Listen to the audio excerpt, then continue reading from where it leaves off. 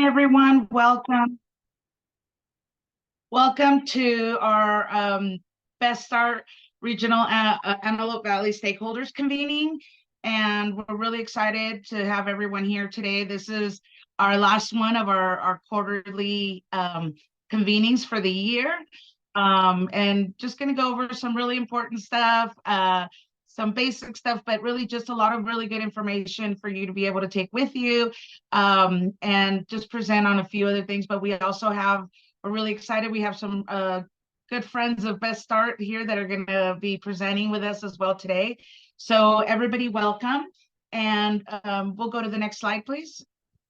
So just a little bit of housekeeping. We want to make sure if you could sign in. That way we know everybody that signed in, we have your information so that any resources or other information that's provided during the convening, we'll be able to email that to everybody after the meeting. And we will be recording this meeting. If you, let me bring in Carmen to talk a little bit about the translation services available. Buenos días a todos y bienvenidos a nuestra reunión el día de hoy. Si desean escuchar esta interpretación en español, abajito en su tablero, y están en su computadora o computadora portátil, abajito en su tablero van a mirar un símbolo de un mundo. Ahí van a poder elegir el idioma de preferencia. Si están en su teléfono celular o una tableta, en la esquina hay 3 puntitos que dicen More o más, y ahí también van a poder elegir el idioma de preferencia. Muchas gracias. Thank you, Carmen. And if anybody else, as we come in, should you need the translation services, under where you see more, it'll give you the option of the little world, and you can click on that to get the translation that you are looking for. And we'll go to the next slide. So I wanted to take a little bit of time. Some of you were with us on Thursday, last Thursday, we had our regional meeting, and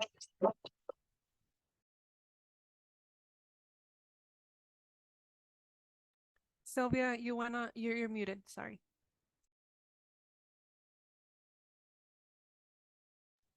just a little bit about, can you hear? It's echoing a little. I don't know if you want to. Okay, hold on, sorry. Is that better? Yeah. Okay, sorry. So we wanted to really take the time to get to know more of you better, but also for you to get to know who the Best Start team is. And we've gotten a few more new people since the last time we probably met. So I just wanted to take the time. Number one is to say thank you to the Best Start team. Really a lot of work that goes behind the scenes to get all our projects and our meetings and our convenings together. So one is thank you to the team. And I would like to start introducing them. First, I'll start. And my name is Sylvia Scott, and I'm the director for Best Start. And I'd also like to introduce Darrell, who unfortunately is not with us today, but Darrell Armwine is our community network facilitator. Many of you know she does a lot of work within the community, not just through Best Start and Children's Bureau, but she's also through the faith-based organizations. And just, we call her an official mayor of Palmdale because she knows everybody.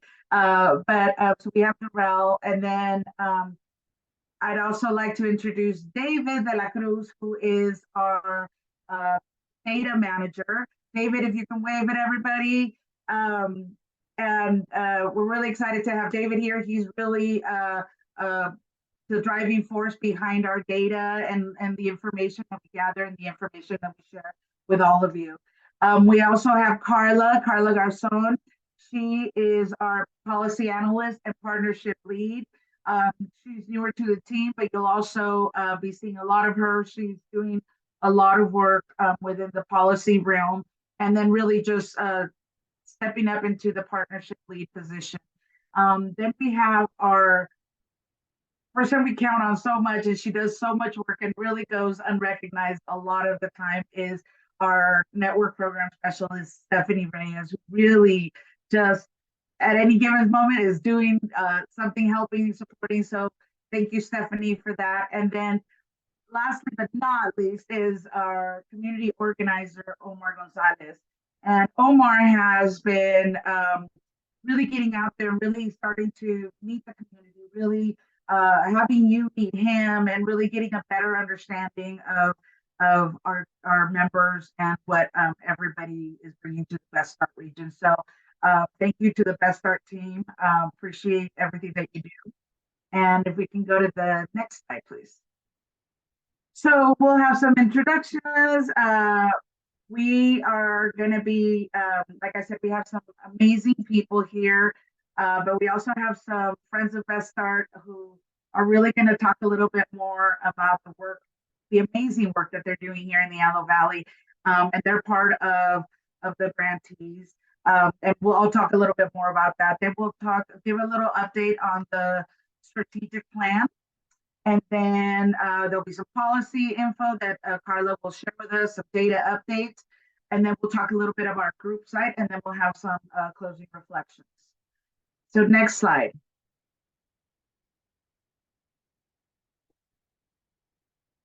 So just wanted to show a little bit about some of the work that has been going on this last year. We've had a lot of work in terms of setting up our framework, really getting closer to establishing our community change agenda. Part of it has really just been really getting the data, honing in on the data, having some deep dives into what are some of the issues that are coming up for us here in the Antelope Valley. We also utilized the information that we got from our State of the Child report to really guide our work with Best Start and where we're headed with the community change agenda. And last Thursday we had our like I said, our regional meeting, which was really about a showcase. This is just one of our members that was taking pictures, and we had a really good time. A lot of people came. We reviewed what we've done in the year. We've got new members coming in. Really a lot of passion and commitment that's really coming up and showing up from the community. So we're really excited at the direction that we're headed with Best Start. Next slide, please. Actually, you want to show the video? I put together a little video just to show Sure. what that looked like for last Thursday. Perfect. Thank you, Carla.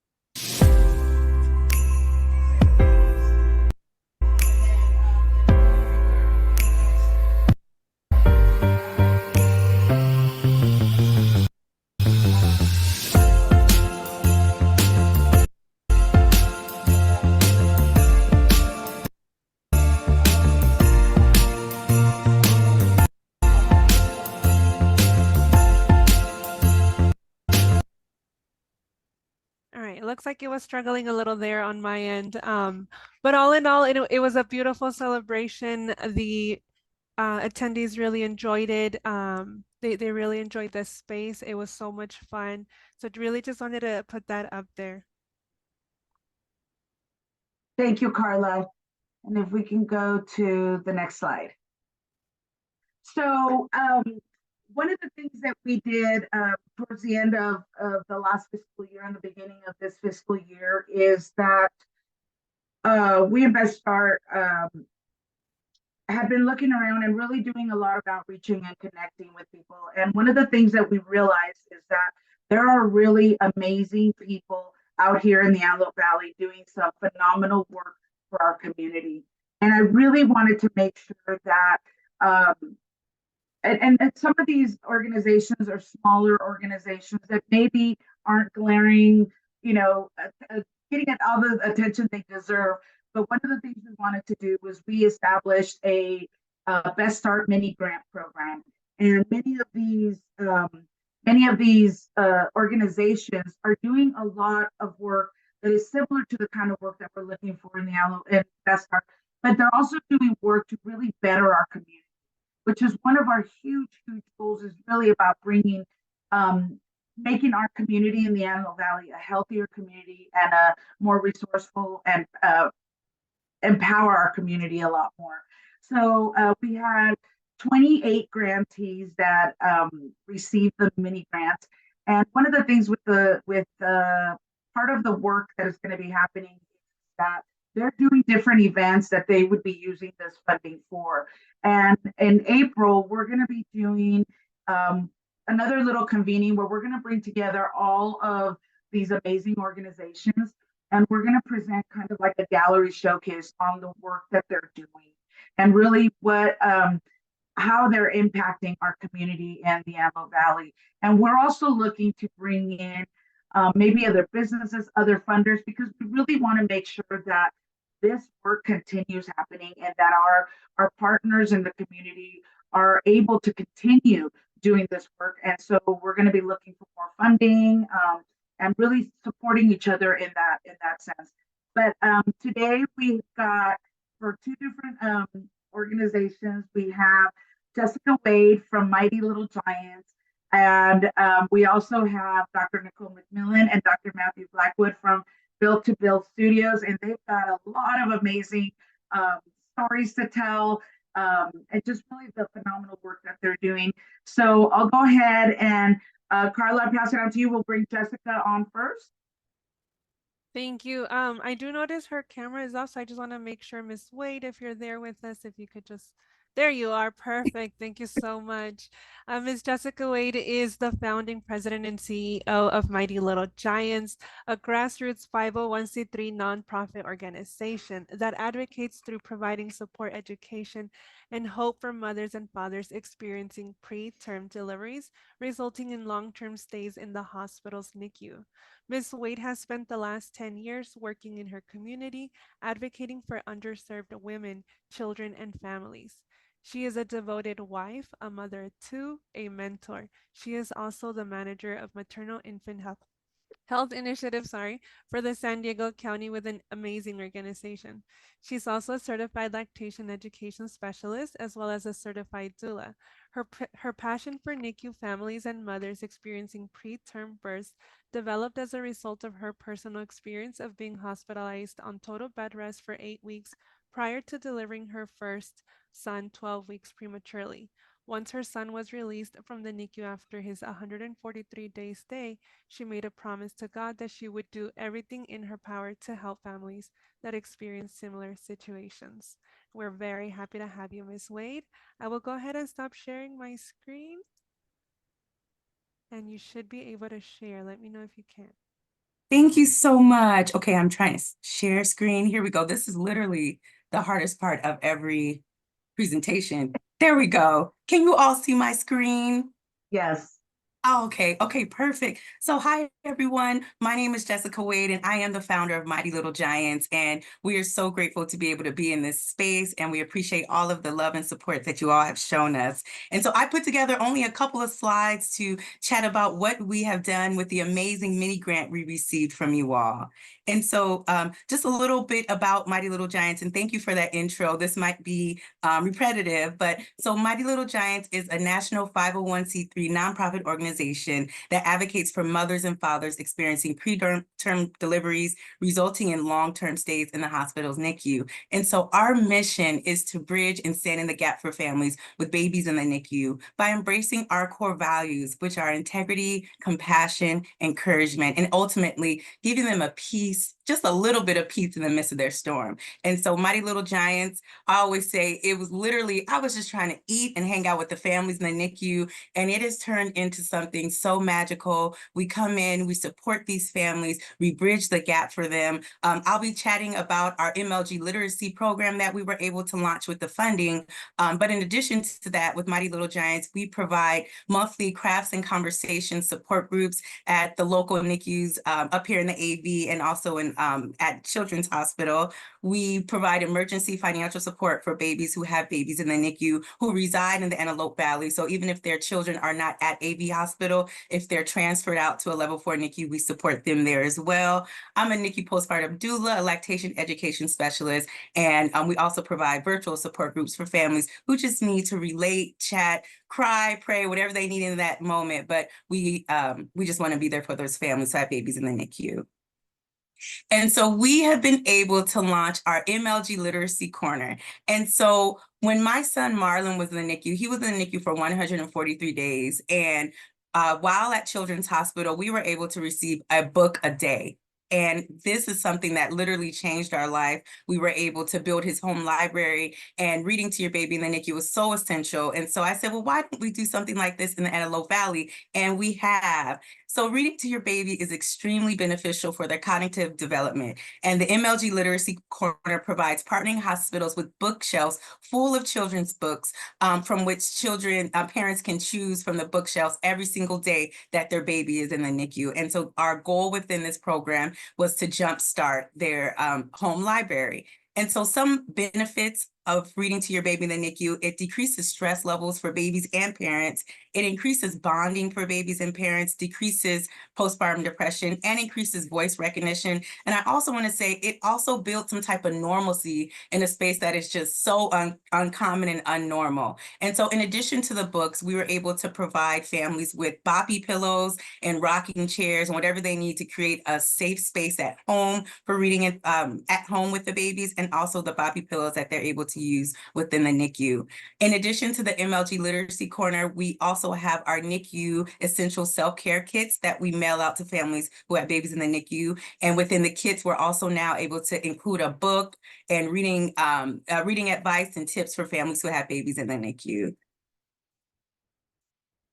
And so that's what I wanted to share. We're so grateful for the funding to be able to expand the programs and provide additional support to families who have babies in the NICU. That is my son, Marlon Wade Jr., who will be 10 on, oh my gosh, February 27th. I can't believe it. And he spent 143 days in the NICU, and now he goes to the NICUs with me, and he reads to the families and provides just his love and grace and support as well. So thank you all so much. And that's my email address. If you would like more information about Mighty Little Giants, I could talk about it all day. Feel free to contact me there. Thank you so much.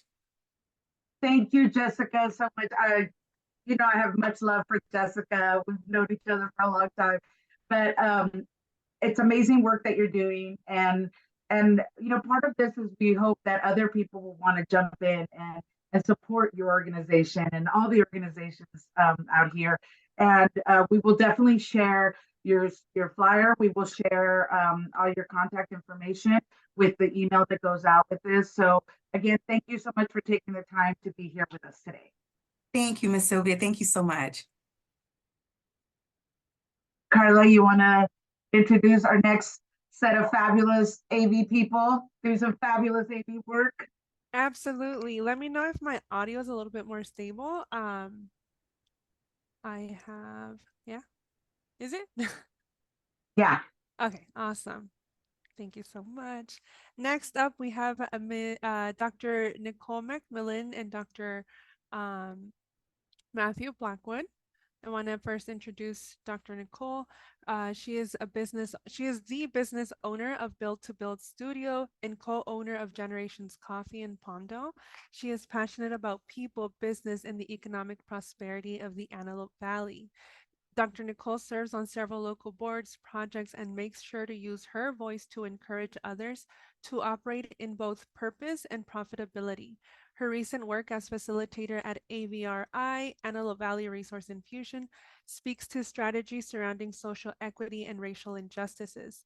Nicole adds, along with her business acumen, over 2 decades of ministerial experience leading youth. Dr. McMillan also adds to her tenure a myriad of faith-based and community-based collaborative events for the betterment of the greater Antelope Valley communities. Dr. Nicole has a BA in Business Management and a Master's of Science in Innovative Entrepreneurship and a Doctorate in Humanities. She can often be found designing innovative business productivity and marketing tools, teaching, speaking, mentoring, or coaching for business and community efforts. And then Dr. Matthew Blackwood is an experienced entrepreneur with more than 20 years of professional experience as an entrepreneur, community faith-based leader, teaching instructor, and business coach. Previous entrepreneurial endeavors, that's a tongue twister, have included insurance and financial services, consulting, sales, and other business services. Teaching experience has included positions as a business instructor at various technical colleges, program manager of a business program, and direct teaching experience at the elementary school level. Dr. Matthew has also held administrative positions, including Director of Church and Community Relations at a four-year university. Dr. Matthews' experience working with nonprofit organizations includes more than a decade working with various church organizations as a youth pastor, youth director, and executive pastor with oversight of greater than 40 volunteer auxiliary organizations. His educational background includes a BA in Theology Humanities from Fresno Pacific University, a Master's in Business Administration from the University of Phoenix, and a Doctorate in Business Administration also from the University of Phoenix. Thank you, Dr. Nicole and Dr. Matthew, for joining us. I will go ahead and hand it over to both of you. Awesome. Good morning, everyone.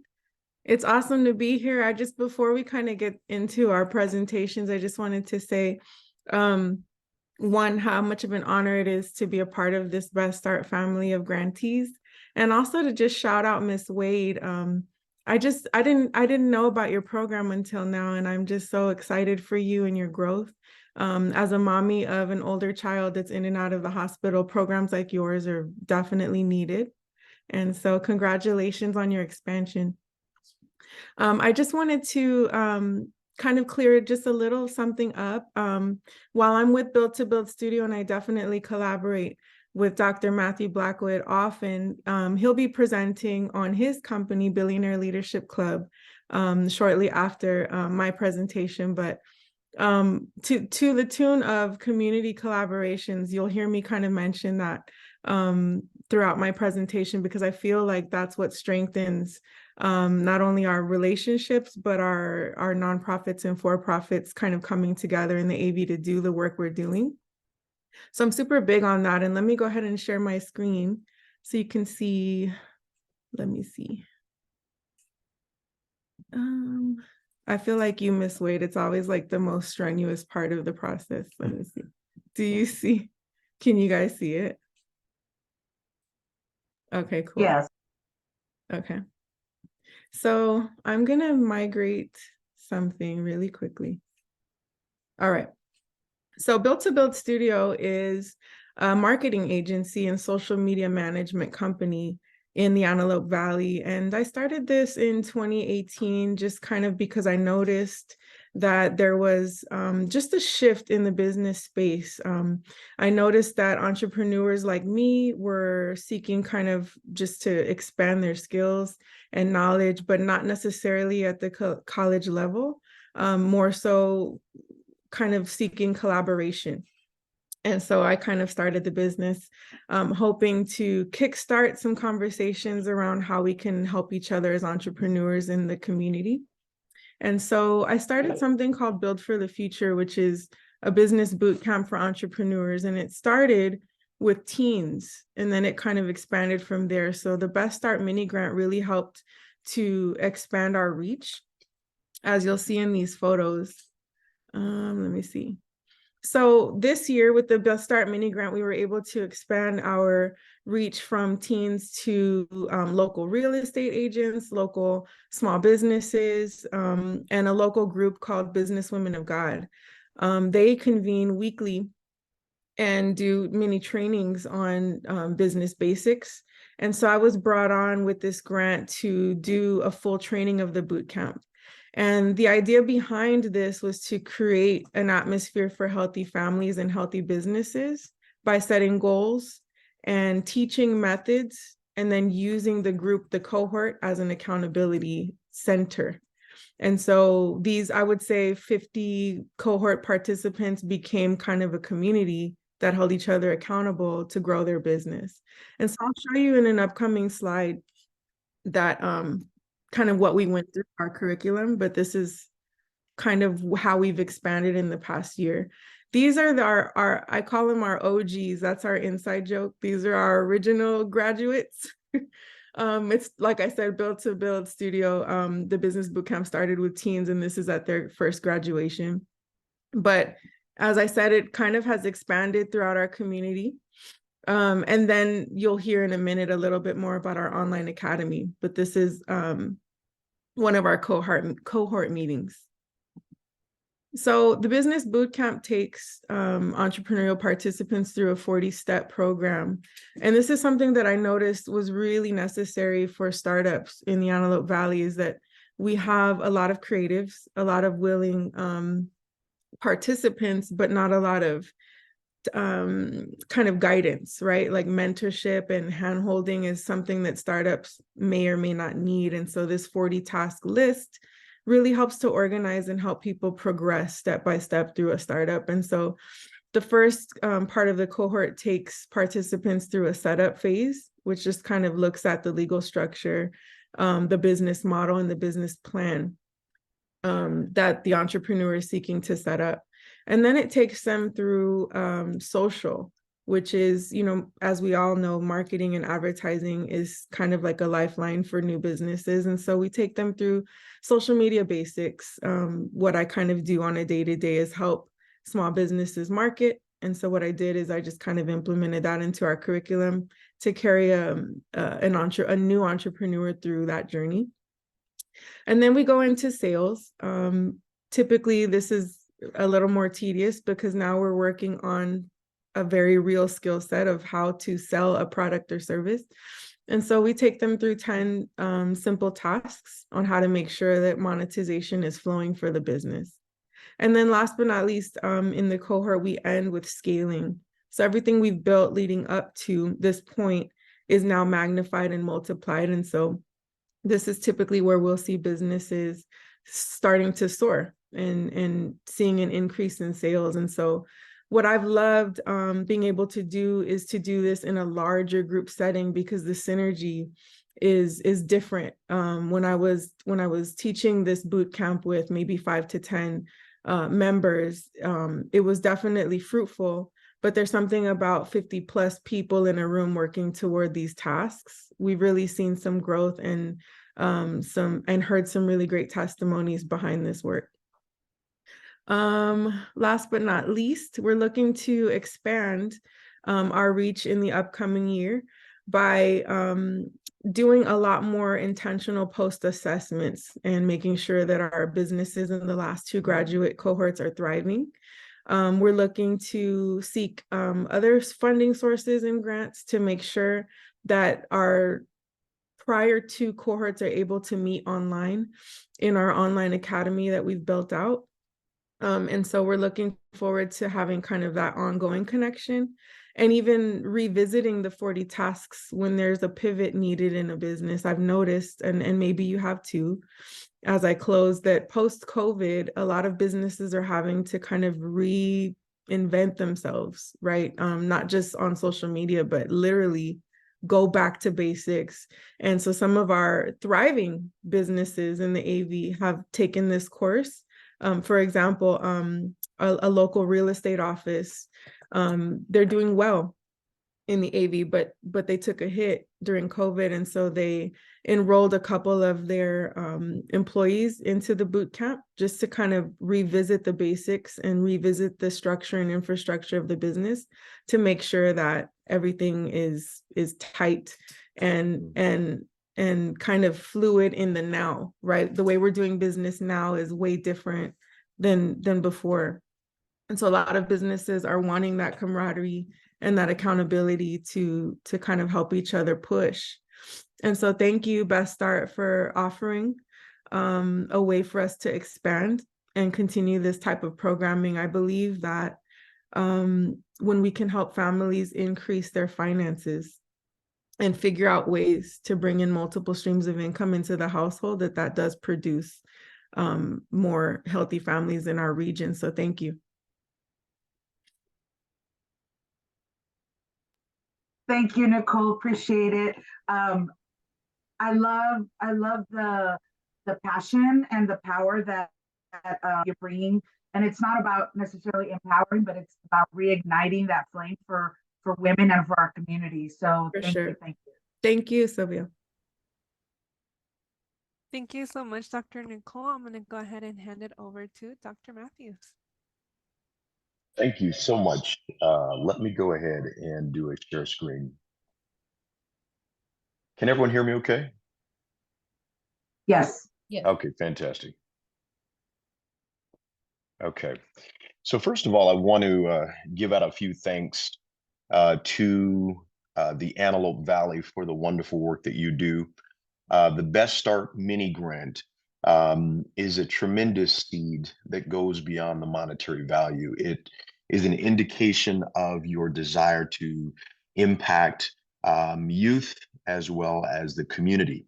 And I'm very grateful. I also want to give special thanks to Built to Build Studios. I've had a chance to work directly with them on this project, particularly in the areas of social media marketing, and then even some of the preliminary discussions and strategies around what we ultimately decided to do. Billionaire Leadership Club exists to lead, coach, and consult self-employed entrepreneurs, business owners, and business leaders so that businesses can achieve expansion, profitability, and business value. So as we thought about this opportunity and how to really impact community, one of the things we did is we looked at some of the data. And when we think about homeless children, they have twice the rate, according to the National Child Traumatic Stress Network. They have twice the rate of learning disabilities and 3 times the rate of emotional and behavioral problems of non-homeless children. And we've had a chance to see that. I've had a chance to see that personally, working with children as a teacher and instructor, and how that affects them. So we really wanted to think about ways that we could make impact. And so we ultimately were introduced by Built to Build Studios to a company that many of you may know called Street Company. And we had a chance to talk with them about their work with homeless.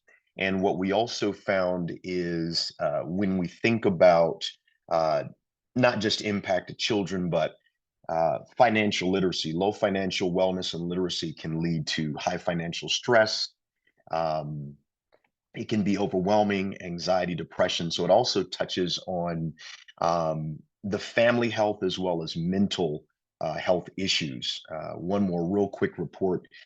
It says, according to a report from the Clinical Psychology Review, there is a direct link between mental illness and financial stresses. So we wanted to develop a curriculum using the mini grant that would really be focused on financial literacy, because we feel if you can impact the adults in the home, then you can also impact the children, and they can start to learn how to function in a healthy environment. So we worked with Street Company to develop a financial literacy curriculum that we want to be able to expand and scale. As you can see, it was really important in this collaborative effort to develop something that was not these high-level words or ideas, but really look at their financial situation. So as you can see there, monthly bus pass, food, toiletries, some of the things that they have to deal with in a very real way. And so that's what the curriculum reflected. This, of course, is a community partnership that we don't want to be a one-off. That was actually one of the conversations that we had, is making sure that it can be sustainable.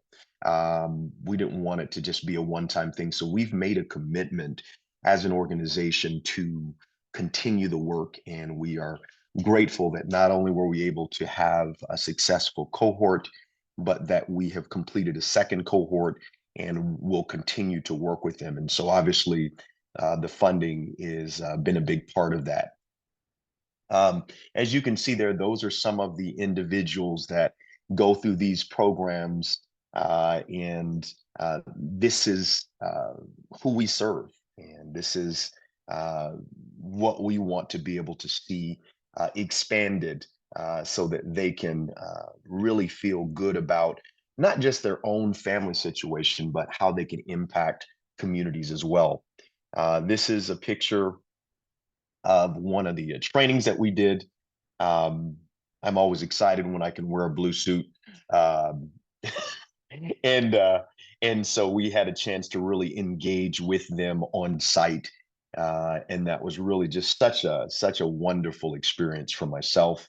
And those within the cohort really seemed to enjoy that. It's important to know that homelessness is not is just a condition and not an identity.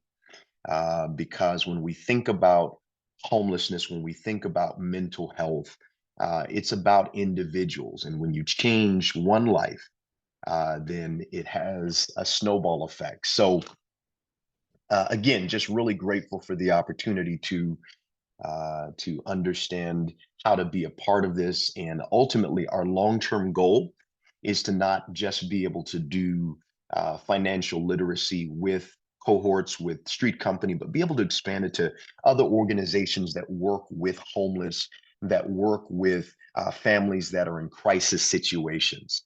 So this is the pilot, if you will, but we do want to expand that, and we also are striving to establish and have begun the process of establishing an online curriculum. So that way we can do in person, but we can also do some online, because we want to make sure that there's no excuse or barriers for those who do want financial literacy, who do want to see their families' lives turned around. So again, thank you very much. And we really hope to establish a long-term relationship with the Antelope Valley, the Best Start program. Thank you very much. Thank you, Matthew, so much. That's phenomenal. And as I'm hearing you, I'm like, my brain is moving at 100 miles an hour. So I'm like, okay, we're gonna do some more work. We're gonna collaborate, and we're gonna connect with Valley Oasis. We're gonna connect with the domestic violence shelter. Absolutely. We're gonna connect with the bridge housing that they have there too. Yeah. So stay tuned. We will be going there. Thank you so much. Absolutely fantastic. Thank you. And Carla, if you want to share again. Again, thank you to our presenters, our friends from our community. We will continue to highlight other organizations that also receive the funding. But like I said, April, beginning of May, we're going to have our big event where you'll be able to see them front and center and have an opportunity to meet them all and see all the work that they've been doing throughout the community throughout this year. So again, thank you for being here. And just wanted to show a little bit, the Little Rock Rural Town Council had their Christmas parade 2 weekends ago, and we had a good turnout, like from our Best Start members. They were part of planning the float, preparing for the float, decorating it, and then we're part of the parade. And it was really, really, really, everybody had a wonderful time, and we just wanted to showcase that a little bit. And next year we said we're going bigger and better. So hopefully many of you will also join us for that as well. Next slide. And of course, I put together a little video. Where is it? Hold on. Thank you, Carla. There's our float.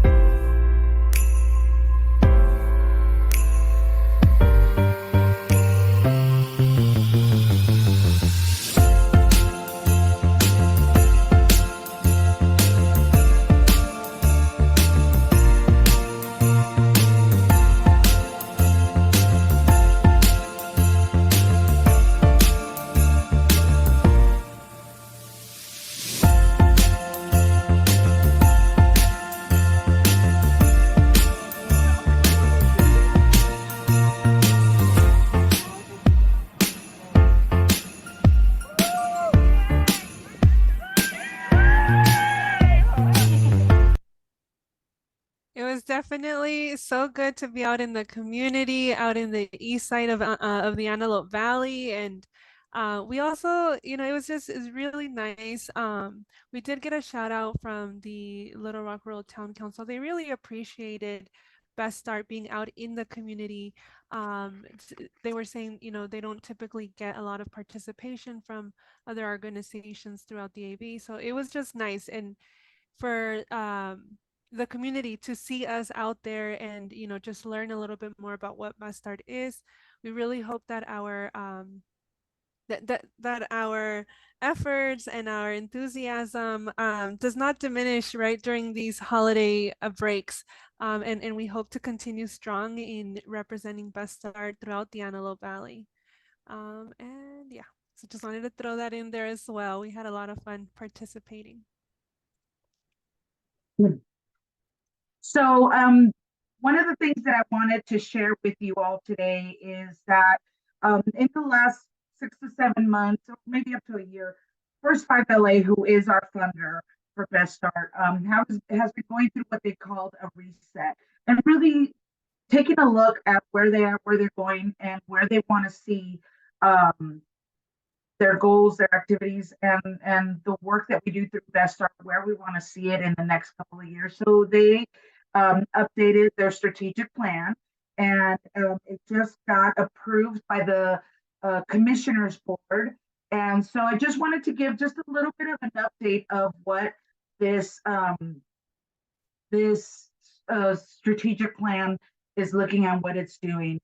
So one of the things is that the strategic plan really focuses on goals that will collectively build toward ensuring that children's needs, such as basic needs, psychological needs, self-fulfillment needs, are met. And as we've emerged from a global pandemic, we need to really commit to centering on racial justice and equity in the work that we do, and partnering with a renewed urgency to create a future where all young children and their families are prioritized. We really want to go beyond mitigating the effects of growing inequities and to really address the root causes by engaging in community engagement, by really working in prevention and systemic change, which is really what our overarching goal in Best Start is really about systemic change. So the vision and mission for First 5 LA is really about envisioning the future where every child is born healthy and thrives in a nurturing and safe and loving community. And the mission really is about advocating for children and their families to amplify community voice and to partner for collective impact so that every child in LA County reaches their full developmental potential from 0 to 5. And the next slide will show where the work is, and I'll go through each section. So the first goal really is focusing on, or it's recognizing that young children's well-being starts with secure housing and economic security. That these foundational needs for psychological safety are essential, and that we know that for a child to reach their full potential, we must go further. The second goal really recognizes that children need the support of safe, stable, and nurturing relationships and environments during their earliest and most influential years, from prenatal development to age 5. Children need to play and learn, and they need to have nurturing relationships from family members, caregivers, and really learn how to form healthy attachments. They need to live and grow in healthy environments with clean air and water. They need to have access to parks and good outdoor spaces. Young children's interactions in social environments are vital, but they're especially important within their families, their caregivers, and their community. And that the physical environments where they live, play, and explore have long-term implications for their health and their well-being. The third goal, as you see here, really focuses on laying down a foundation for children's well-being, for their well-being, their lifelong learning, and their successes. This requires that we ensure that children have confidence, culturally relevant and affirming experiences, and that their solid foundations from early experiences really reach their full potential. Our youngest children really are our future innovators and problem solvers who are going to set up LA County to be part of a global economy. So we really need to really focus on that area.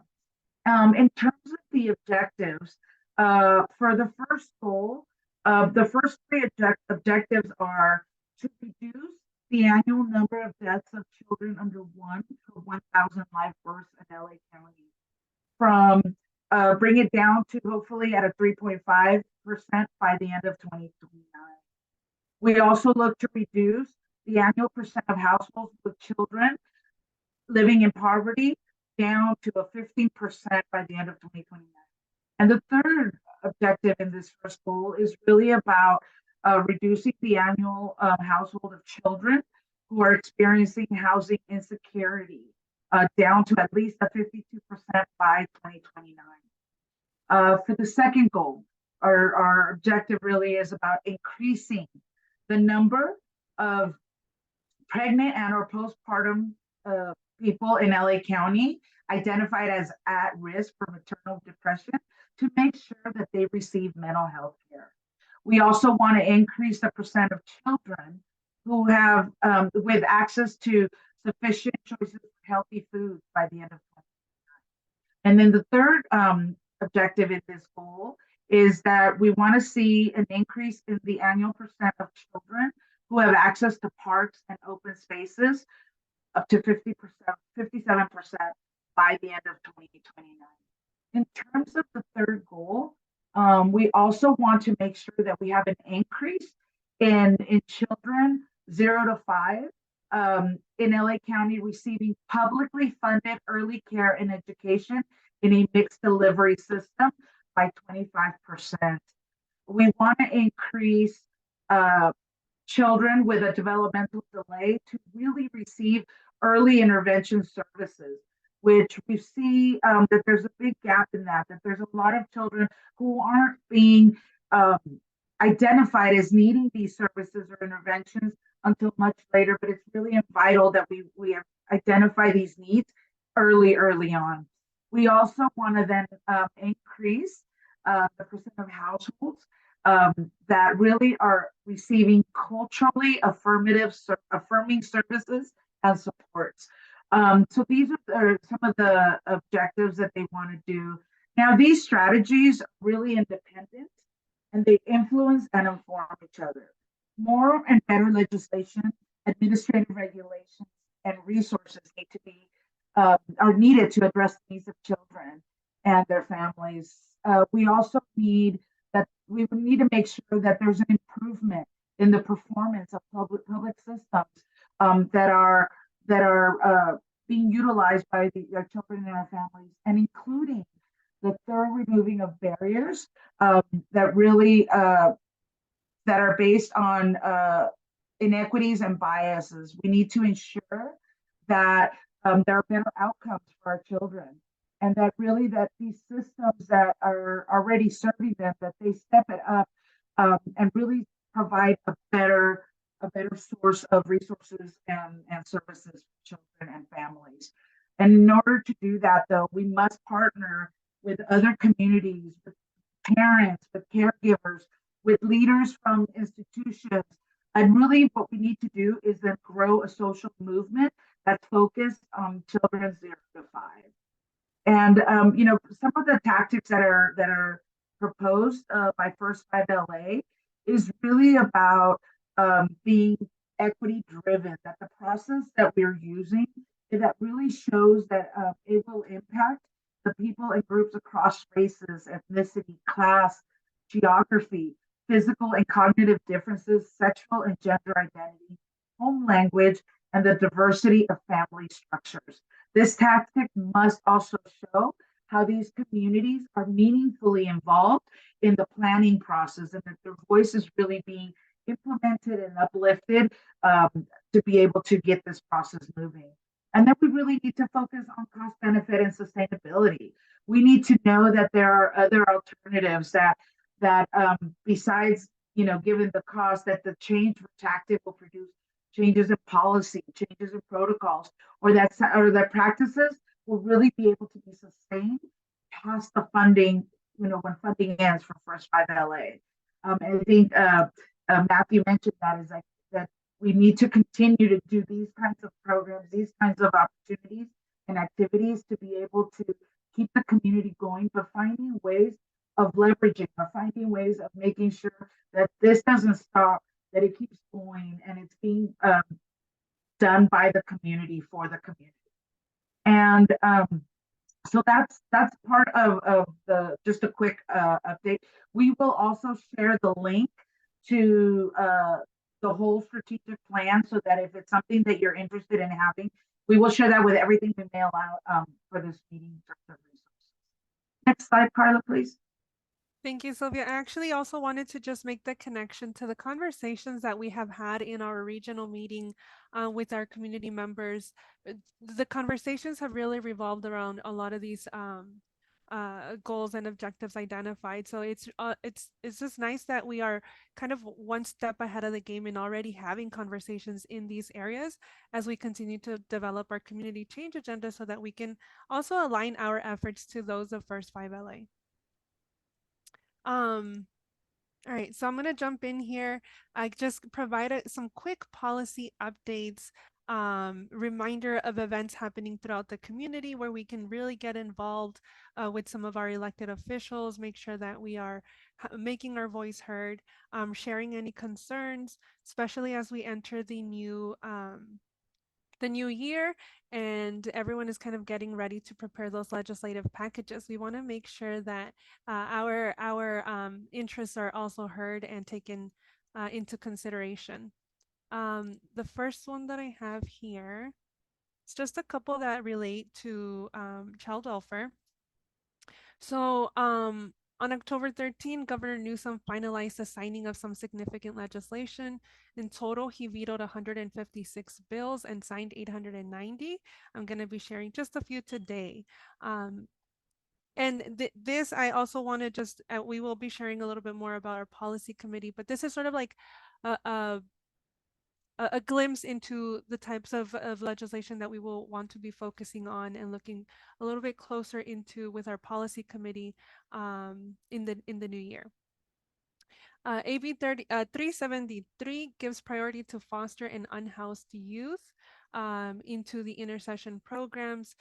This law really prioritizes credit recovery opportunity to increase graduation rates for students of this population, which really connects to what we have talked about in our regional meetings, right? We see that the statistics have shown that foster youth and unhoused youth are not graduating or are dropping out and are not able to complete their high school education. And so this really gives them an opportunity to make sure that if there are any classes that they can take during the intercession programs, that they are given that priority to enroll.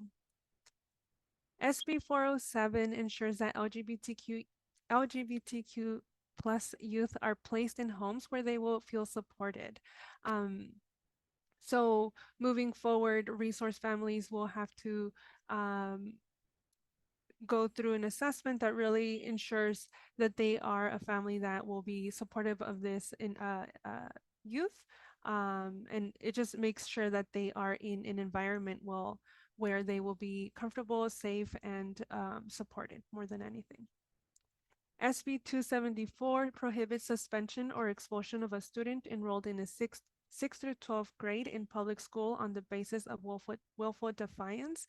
I thought this one was really interesting as well because we've talked about suspension and expulsion rates in the Antelope Valley. And so this puts the students' needs first, makes sure that the immediate resort is not expulsion or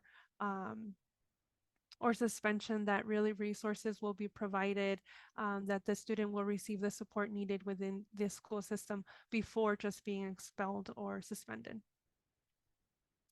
SB 578 assesses the harm of removal, assesses harm of removal. So social workers will have to provide a report on harm that may result or potential harm that may result from removing a child from their parent, guardian, or Indian custodian's custody. Sorry. I saw something in the chat, so I want to make sure if there's any questions in there that I'm also taking them. And, I'll respond to the chat, Carla. thank Go you ahead. so much. So just a few. This is really just a few from a long list of legislation affecting the child welfare system that was signed this year.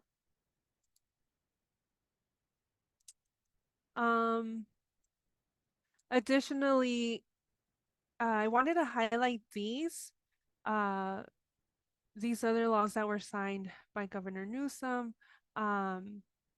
AB 393, sorry, requires the Department of Social Services to develop a standardized process for general child care and development programs to identify dual language learners and require programs to report key aggregated information to the state. This was a big win because they don't provide this type of information for preschool programs. And so having this information will help inform policy at the state level. There was something that I thought was, so connecting it back to our regional meetings, we have talked about the population of our students who live in households where English is not the only language.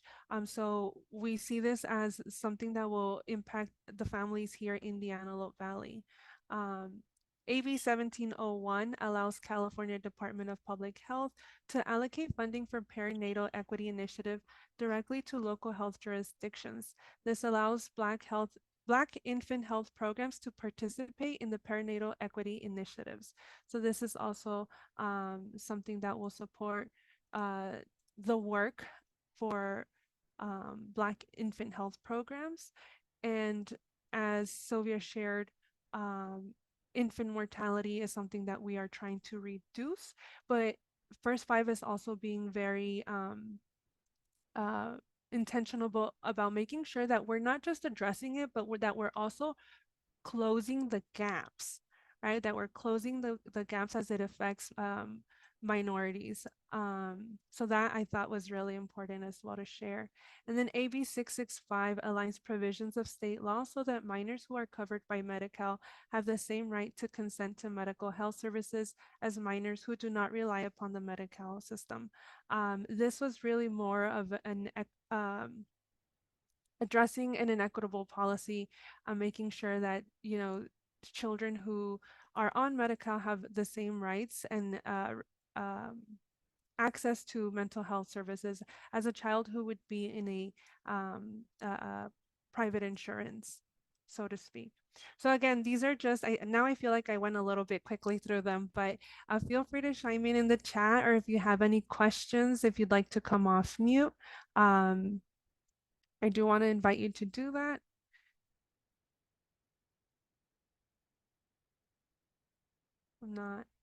Let's see.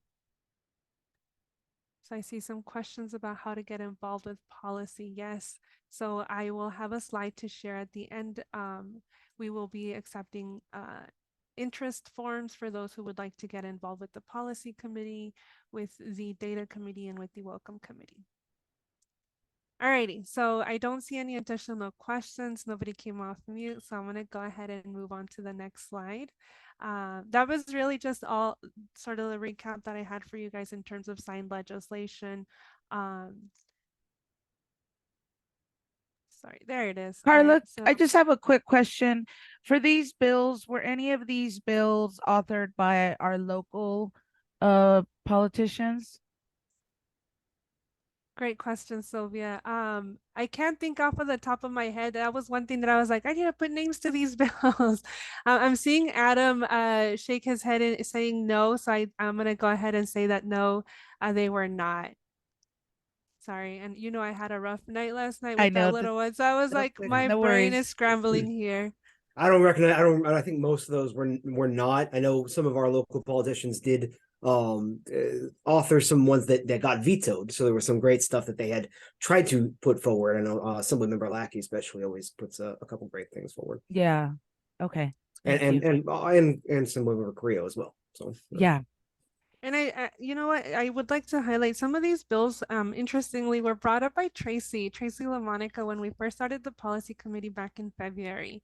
So I thought it was interesting to just kind of tap back into those and see sort of how some of those played out. I remember at the start of the policy committee, she had shared about 9 different bills. So it's nice to see that at least 2 of them were passed. Awesome. Alrighty. So moving forward, just a reminder, presidential primaries are coming. You want to make sure that you are registered for primary elections. The last day to register to vote for the March 5th, 2024 presidential primary election is February 20, 2024. An opportunity to meet with one of our elected officials, Assemblymember Juan Carrillo, will be this Saturday, December 16th from 12:30 to 1:30 out in the city of Lancaster. So you want to make sure if you are able to attend and hear a little bit more about some of the legislation that he put forward this year and that was either signed or vetoed, he will be sharing that, and he will also be providing some input on what he expects to prioritize for 2024. But it's also an opportunity for us to share our interests with him. So I encourage you to attend.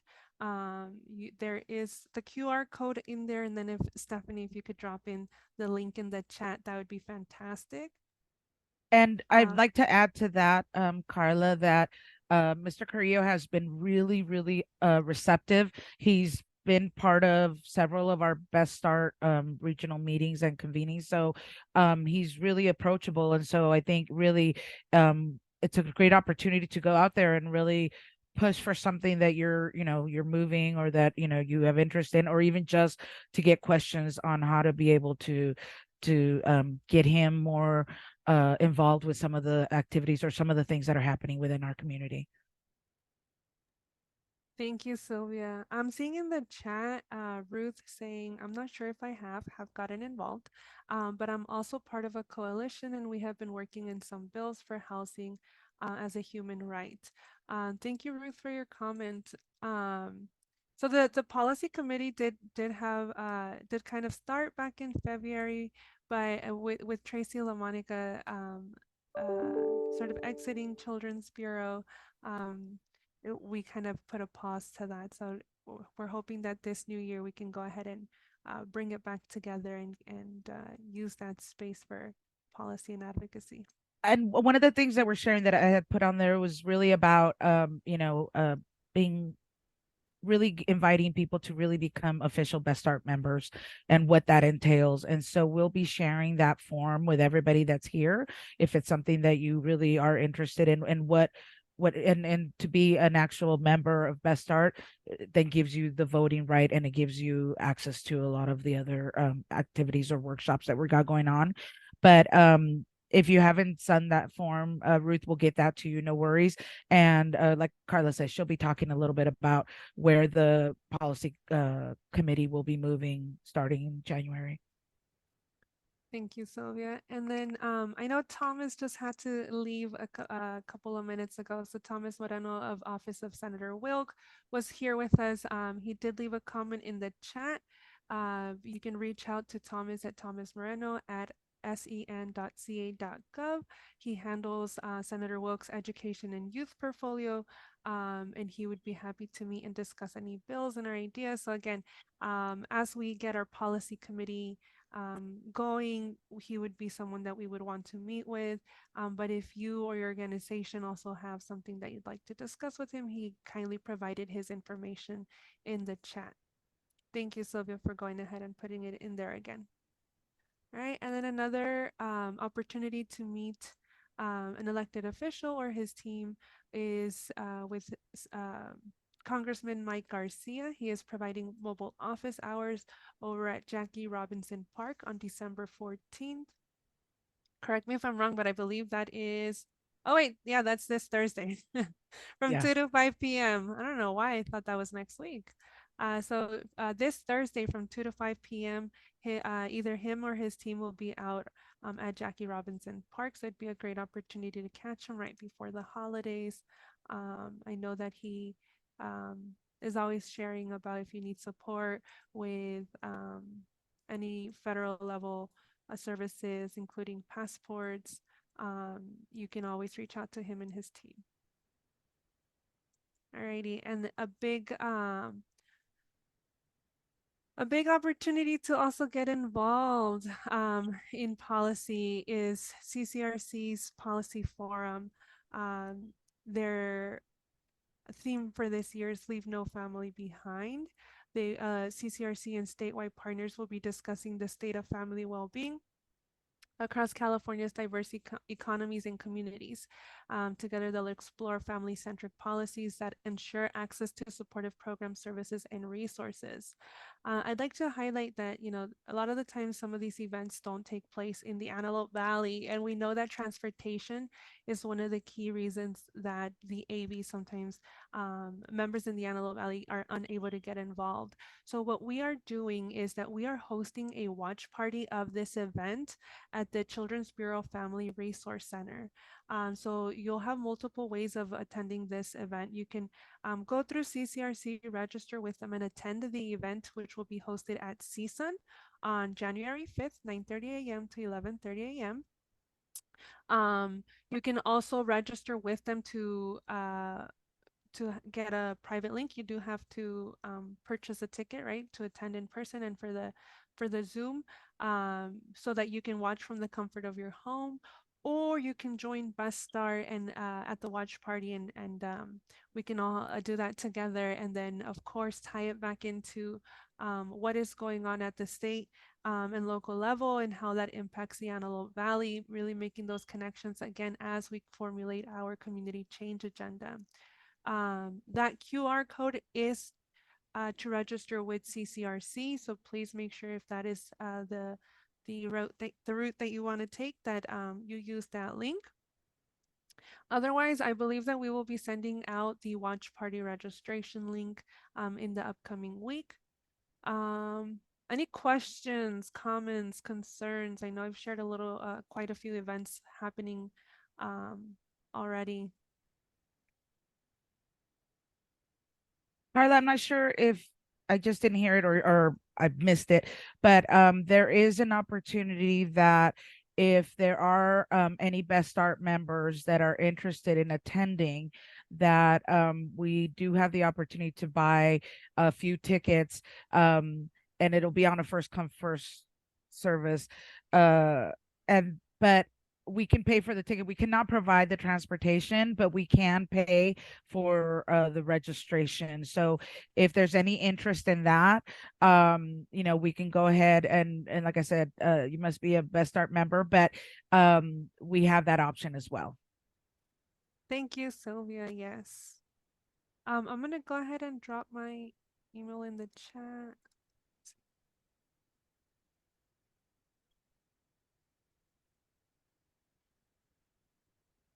So usually I ask Stephanie to just do it for me, but I didn't want to bother Stephanie. I know she's doing a lot already. So I went ahead and put my email in the chat if you would like to attend the event and you need if you'd like Best Start to help with the funds there, go ahead and shoot me an email. We definitely want to make sure that the AV is heard, right? And the AV is represented in these types of events as well. So alrighty. That is all I have for you now. I will come back to the committee's information right after David's presentation.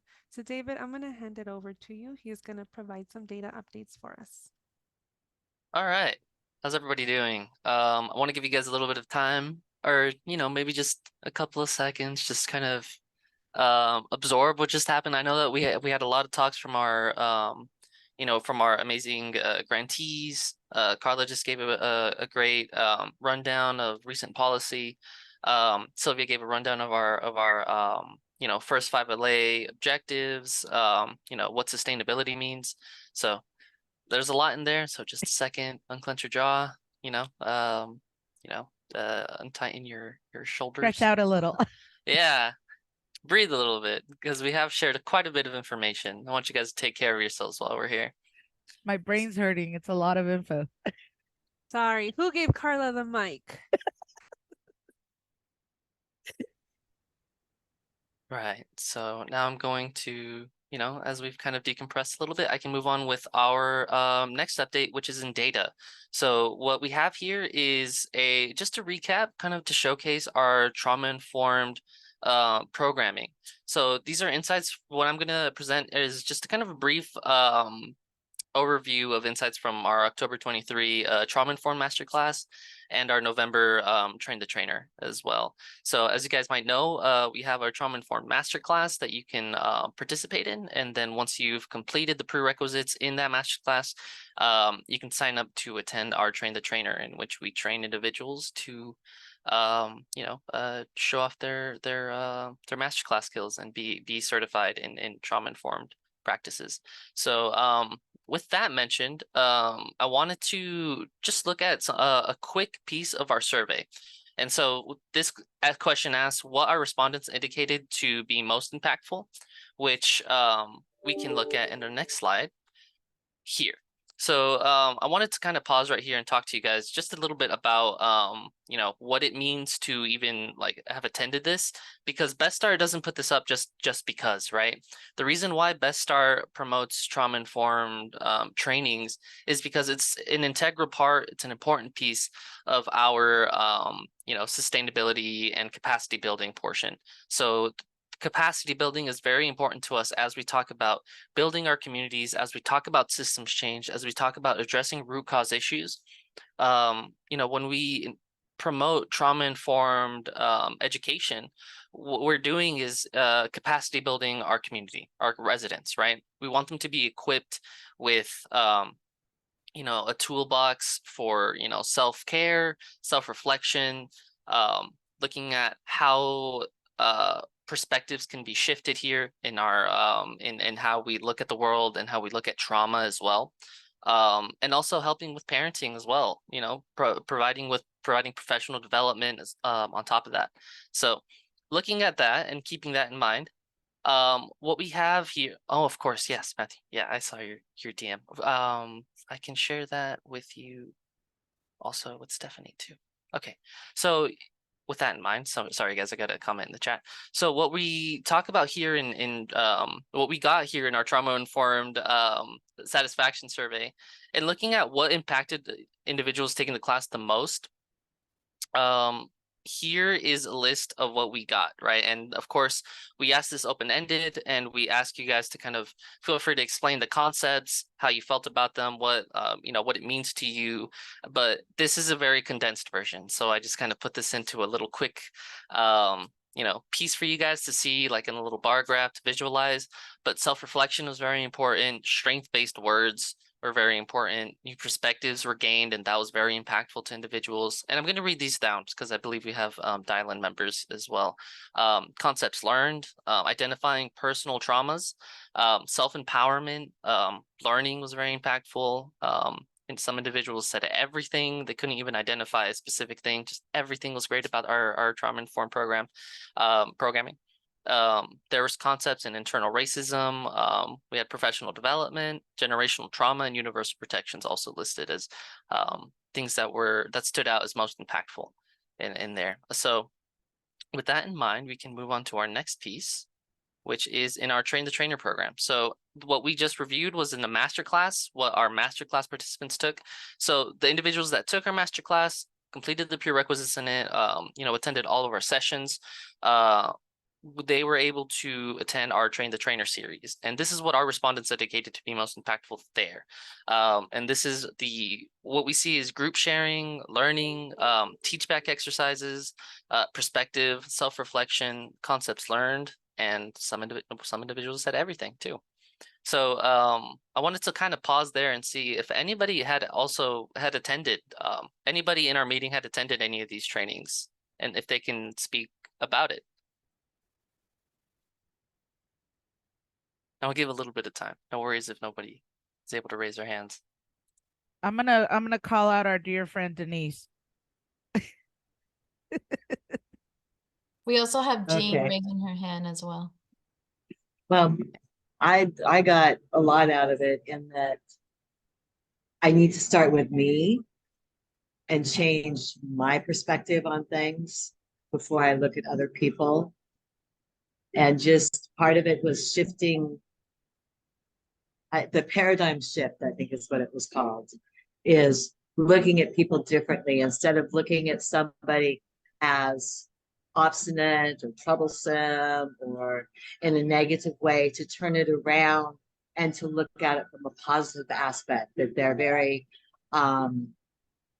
they have very strong beliefs, very strong values, instead of looking at the negative.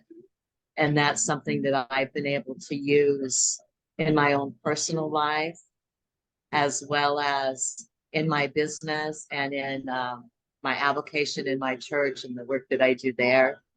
So that in and of itself, I think, is one of the biggest things, is changing the way we look at people and our reaction to them, and recognizing when somebody is going into trauma and not get caught up in the trauma of the, myself. I forget what it was called, but where we do like a mirror and we get caught up in their trauma, as opposed to being the one to be able to assist them and walk them through the trauma.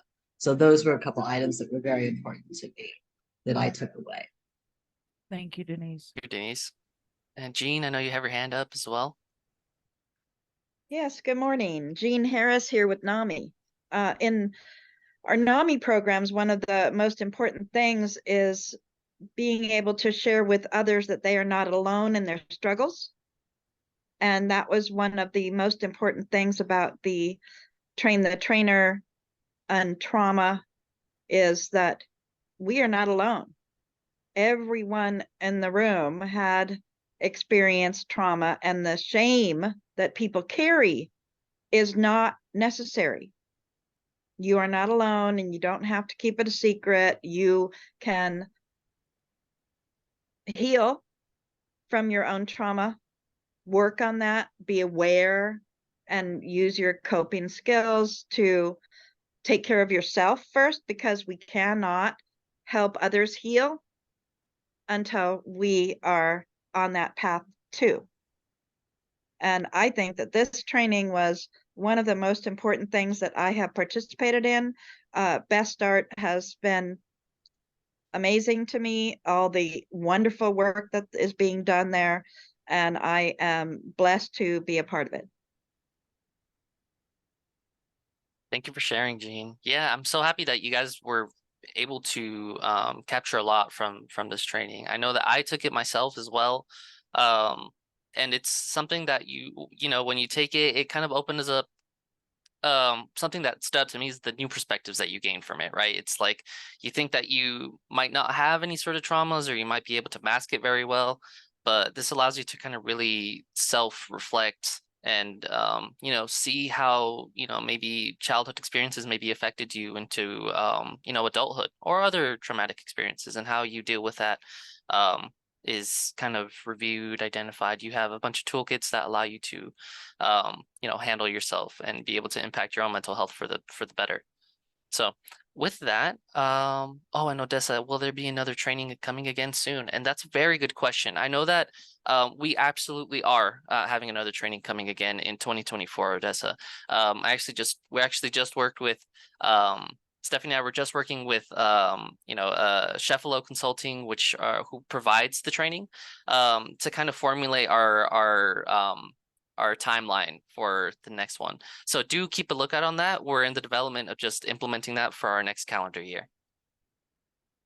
And so, yeah, in our next one, this is just something that we was able to, you know, we were able to say for both our masterclass and Train the Trainer series. What we found in our survey is that we had 100% in respondents answering that they found the trauma-informed masterclass to be informative. This also goes for the Train the Trainer, identifying both programs as or both trainings as a friendly, safe space, and all individuals that took both the trainer series and masterclass would be able to recommend it to their friends. So this is you know, a very integral, successful piece of our capacity building here in the Antelope Valley, in which we're able to kind of translate to better outcomes for our 0 to 5 population. Maria also asked, how can I become a Best Start member? And of course, I think we can, these are great questions for, I believe, Stephanie, Sylvia, that maybe we can wrap around back Sure. to as we come back. Yeah. Or Sure. Sylvia, you can go. Yeah, just real quick, we're gonna be we'll be sending the Best Start form, and it's really basically there are several categories that you can fall under. You can sign up to be a Best Start member as a resident, and so your vote would be your individual vote. If you are part of an organization that has several people that have signed up as a stakeholder, then what would happen is that organization would get one vote, and all of you, if there's a group, all the group would have to vote, would have to decide on what that vote is, so they would get one vote. But we're really, and then if you'll see in the form, and it has categories in terms of like, are you just an adult individual? Are you a parent that has children under 18? And so forth. So we will share that. Excuse me. We will share that with everybody. Part of it too is really then to become a, you know, as you become a Best Start member, you're also committing to attending our regional meetings. You know, if you're interested, also becoming part of our committees, but also then being part of getting the movement and making that impact out in the community. So we will share that with everybody that's here today. Thank you, Sylvia. So yeah, great questions. And yeah, so there's a lot of persons becoming a Best Start member, right? So yeah, so be on the lookout for another training soon. We can go to our next slide and we can talk about that a little bit more. So yeah, so I'll let I think Carla, if you can take over here for talking about our following committees that we're going to see in the next year. Thank you, David. Yes. So that's one thing that we definitely want to get going for the new year, our committees. At the moment, we have identified 3 committees: the Welcome Committee, the Policy Committee, and the Data Committee. You can either scan the little QR code with your phone, or Stephanie just dropped the link in the chat. If you could just fill it out, the form gives you the option to select one committee. So what we want to do is make sure that we're capturing like the one committee that you're really interested in. I know sometimes I'm that overachiever that wants to sign up for everything, but we want to make sure that that we don't spread ourselves thin, and that we are able to commit to these committees. Now, by that I don't mean like just because you fill it out doesn't mean like that's it, you're part of it and you have to be there.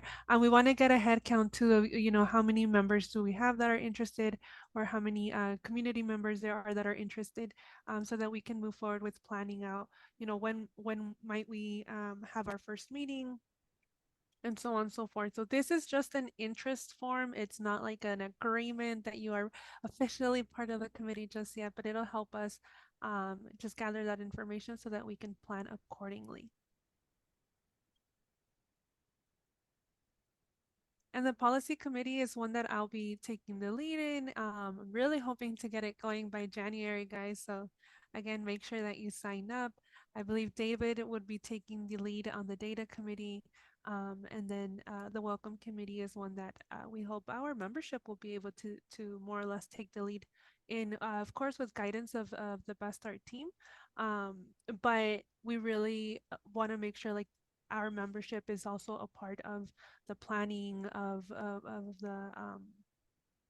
the decision making and the preparation. So. Right. And if I could just jump in real quick, one of the things that we're looking for in terms of the committee too is that, you know, we've always said in terms of Best Start, all of this work is eventually going to be owned by the community. You'll get rid of us, you know, you'll take over and put us out of a job, but really because we really have been saying this all along, is that eventually, if when the first 5 funding starts, how does the community still keep doing this? How do we keep the movement going? And just to talk a little bit about what each committee, there'll be, you'll have one Best Start team supporter person kind of doing some of the guidance at the beginning, but then there will be a chair or co-chair to each committee, and those would be from the community. That would not be staffing. And really what we're trying to do, like I said, is take full ownership, have the community run these. So each committee will then, like, for example, if it's the policy committee will look at what bills are happening when we finalize our community change agenda. The policy committee will say, okay, this is affecting our community change agenda, what our goal is. So let's work on this, let's look at this, and then also start coming up with ideas of what projects to do within the community to start making an impact in some of these systems. So the welcome committee would really be about membership and bringing in, helping, any time that there's a new member coming in, really giving them the time to, talk about Best Start, what we do, really welcoming them. The policy, again, will work on whatever issues or policies are happening within the local level, state level, and federal level. And then the data committee we had a lot of people who were really interested when we did the State of the Child report and giving information and gathering that kind of data and really updating our data on a yearly, monthly basis, in terms of things are always changing, and data changes every day. So the committee would really be working with David on really maintaining and uplifting any new data, or any changes that are happening. So that's just a little really brief blurb on each of the committees. Carla. Thank you, Sylvia. All right, and then last but not least, we wanted to share. Let me see how we are on timing. Oh, okay, yeah, right on schedule. And we wanted to share Best Start AV group site. If maybe you don't want to, like, say, commit to a committee, but you still want to be involved, you still want to stay informed. If maybe getting to the regional meetings is a bit difficult, but you still want to stay connected, one great way to do that would be through the Best Start AV group site. This is the platform is by invitation only, so you do have to shoot an email our way, so that we can input your email and you receive that invitation to be included in the group site. It's an online platform.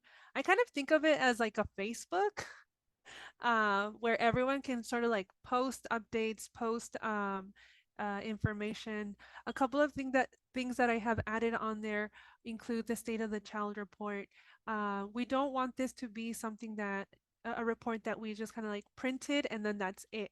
We want to make sure that it is being used for policy efforts, for advocacy efforts, for informing efforts, whether it's at a school board meeting, a PTA meeting, within your organization's meetings. The information within this report is so important that we use, and that we make sure that we are not that we're not just collecting the numbers and then putting them off to the side, right? Because then what's the point? So that is one thing that we've already added in there. The trauma-informed masterclass Train the Trainer group that finished in October requested a space where they can connect, and as they prepare to either deliver or put together a training themselves as trainers, they wanted to make sure like they still had a space to connect and be able to talk about, what are you doing in the community, or is there any support that I can get, or just kind of like needing a space to share a thought or an idea. So we created a group for the trauma-informed masters Train the Trainers. For those who complete future Train the Trainers, they would be added into this closed group. We do have the Policy Leadership Academy group there, which again will hopefully restart soon, and that'll be another space where those who are participating in the Policy Leadership Academy can connect. But the general space is open to everyone, to share events in the community, to share information about the work that you are doing or that your organization is doing. That was one thing that we have continued to hear, right? There's a lot of great resources in the Antelope Valley, but they don't seem to be making their way to those who really need them a lot of the time. So we want to make sure, like, if you have a flyer, if you have information about an event, about a resource, that you can put it into the group site so that it can be shared with everyone. We're also going to be able to have some of the data that we we share with you all, that'll be there too, so that it'll be accessible to you should you need it for grant writing, should you need it for a presentation, that'll also be available. And then it also gives you the opportunity, like if you run into a funding opportunity or you run into an article or some presentation that you'd like to share, you could definitely have that on there as well. David? Yeah, thanks, Sylvia. I also wanted to add that, yeah, as Carla mentioned, it's kind of something, it's a platform in which we can safely connect with all of each other, right? So as maybe alluding to kind of Sylvia too, piggybacking off of that, is that it's also a place for you to connect with other Best Start members. If you have something that comes up, say your organization finds is promoting antigen tests, free antigen tests in a vending machine at no cost, and we can implement that at maybe your organization site, you can promote that. It's a place for you to connect in a way that, you know, we don't have to wait for, you know, 2 weeks for our regional meetings, right? We can connect here. It's a way for us to kind of foster that like a relationship, not just between Best Start and Best Start members, but Best Start members themselves. And with that, if anybody's interested in their group site, I do encourage also that you bolster your profile. So as mentioned, it is a great place for you to connect with others and you know, placing who you are, maybe a bio, your organization that you work with, updating maybe a profile picture, is a great way for you to be able to kind of just facilitate that connection as well. To let other individuals know, you know, what space are you in and how our Best Start members can collaborate with each other. And as also Carla had mentioned too, it's a great place for you to stay connected. As we roll out our new programming and our committees, our new trauma-informed class, our DEI, we're going to be bolstering this in our new calendar year, in which we're going to be kind of and placing a lot of importance to our group site to be able to keep our, you know, Best Start members updated too. You know, if we have a meeting coming up, you can find that. If we have any sort of programming coming up, you can find the information to that, registration information, you know, updated there as well. So I do encourage everyone to check out our group site, make your profile, and you know, start you know, exploring it and just feeling free to add to any sort of discussions we have on there as well.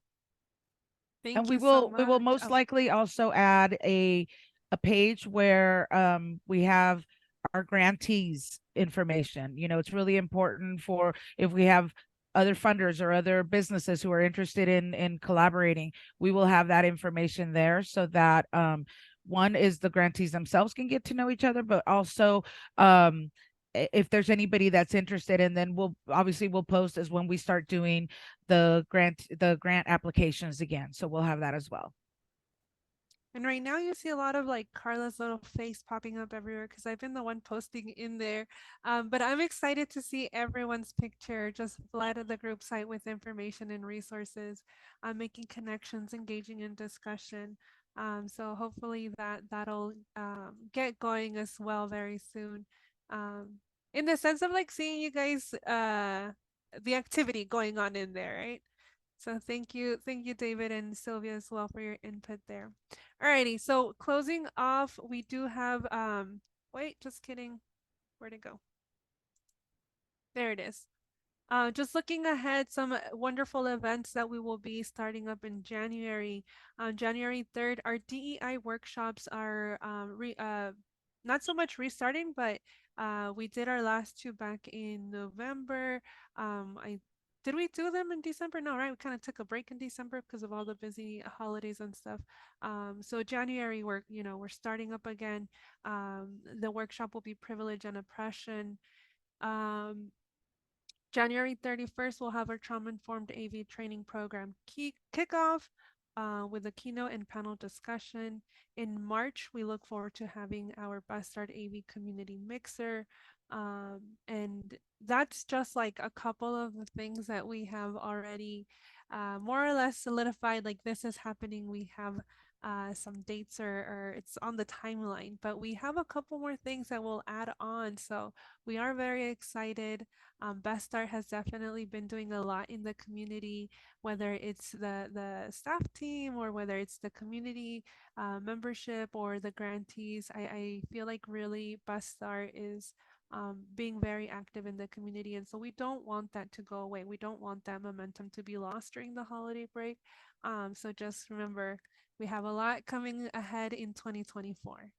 Carla, I'd also like to add, and I forgot to mention this when we were on the group site slide, but we know that there's so many platforms out there, and it's kind of hard to keep up with how to use this platform, how to use Canva, how do you know, all of that. But one of the things what we are going to offer is at the beginning of the year, we don't have a set date yet, but we will keep you posted, is that it'll be a very a short introductory kind of workshop on group site, its use, and how to even navigate it. So for anybody who hasn't had the group site experience, we will be offering that as well.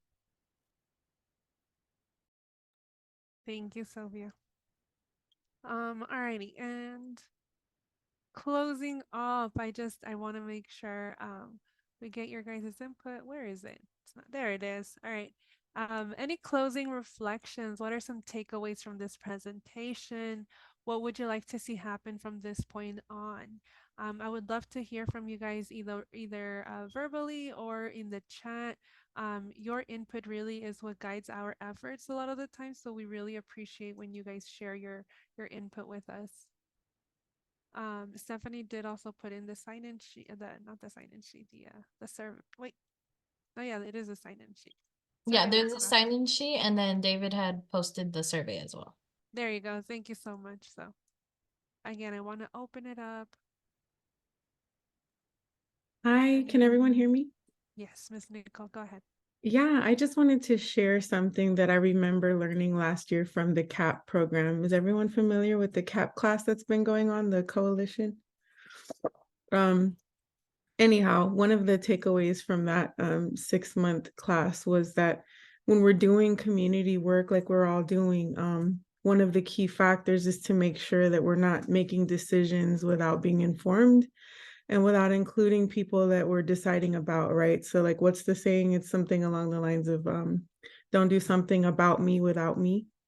And I really appreciate Best Start's data-informed messaging. I know that I kept hearing about the policy committees and the data committees, and I'm excited for 2024 because I feel like Best Start and groups like Best Start are not continuing the way we used to do things, which is just kind of making decisions and just kind of sending out money to organizations that are in existence but may or may not be aligned with the mission and vision. And so I'm happy to hear that the committees in 2024 are coming together around the current data and policy. I'm excited about that. And so thank you for allowing companies like mine and organizations like mine to just be a part of the work. I'm excited. So thank you. Thank you, Ms. Nicole. Really appreciate it.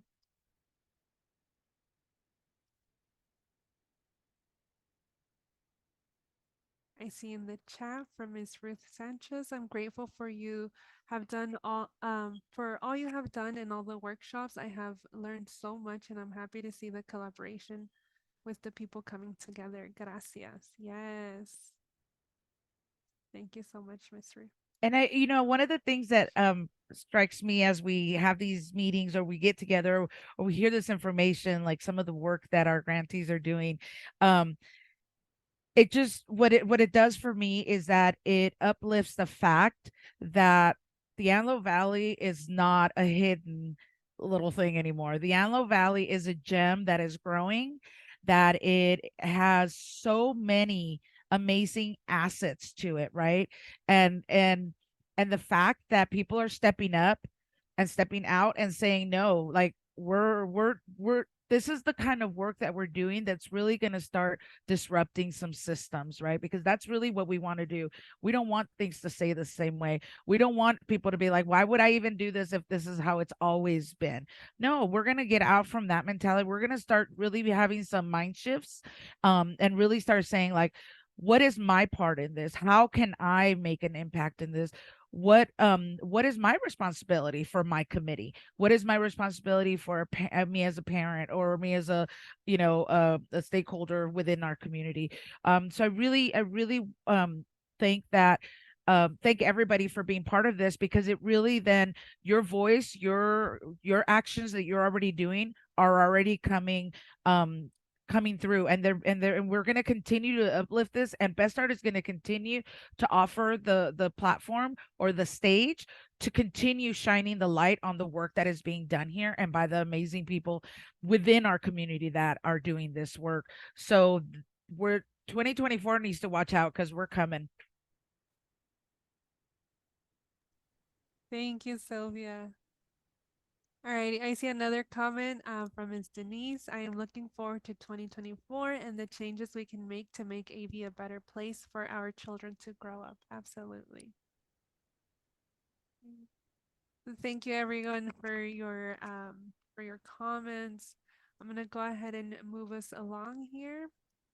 If you have any last minute comments, I will stop and read them, so feel free to post them in the chat. But here we go. Just a reminder, make sure that you are following our social media on Facebook, Instagram, and on YouTube. You can always watch all the recordings if you've ever missed a meeting, or maybe you kind of, dropped off a meeting or two and you're interested where in our community change agenda we are, what are some of the discussions that have been taking place. You can always see that on the YouTube channel for Best Start AV. As well as access our link tree with other pertinent information. And with that, I want to say that my presentation froze. No, I had a cute little holiday slide there, but it's okay. Again, thank you everyone so much for your participation. I'm actually hand it off to Sylvia, and then I think we're good. Yeah.